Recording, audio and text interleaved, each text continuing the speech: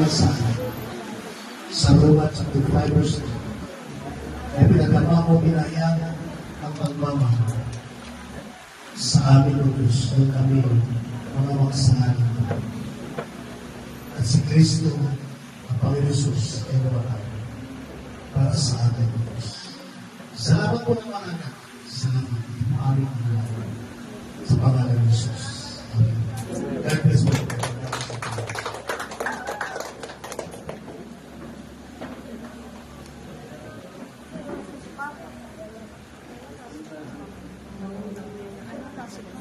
Bago po tayo tumawag sa operatory song, naiintindihan niyo po ba yung binahagi ni Pastor, salita ng Diyos?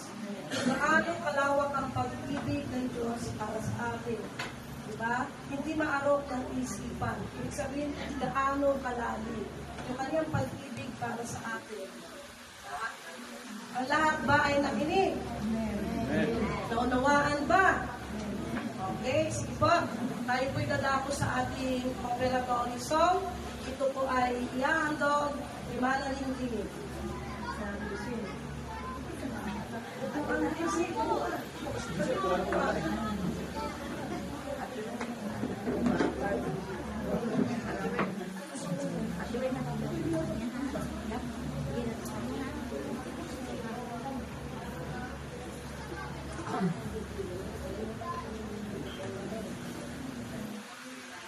Habang umaawit po si Mana Lingging, pwede na po natin ilagay yung ating mga tithes and offering.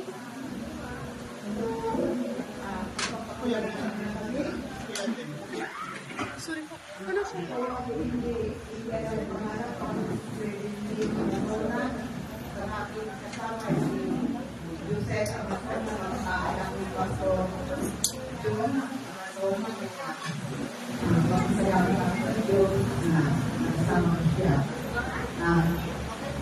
Kung kabataan nila, nakakapag siya isa sa Sunday school program, yung turuan.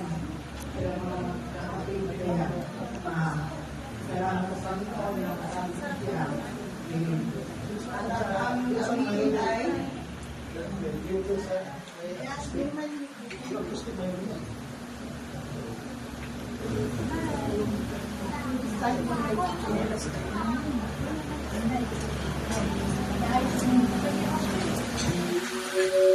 aminin ay atin yung sabihin ang Panginoon ay talaga our God is risen and He reigns forevermore.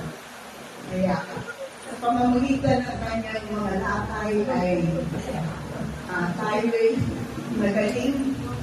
Sa pamamagitan ng kanyang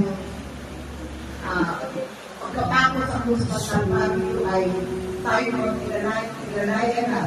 Kaya ang lahat ng ating mga spirito ay ibigay natin sa Panginoon.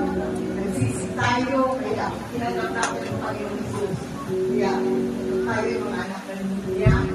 At ngayon ay, at saka sa pamamagitan ng kanyang buhay, mag-iisilang kaya tayo. Kapatid ko na ang Bisaya for an anniversary.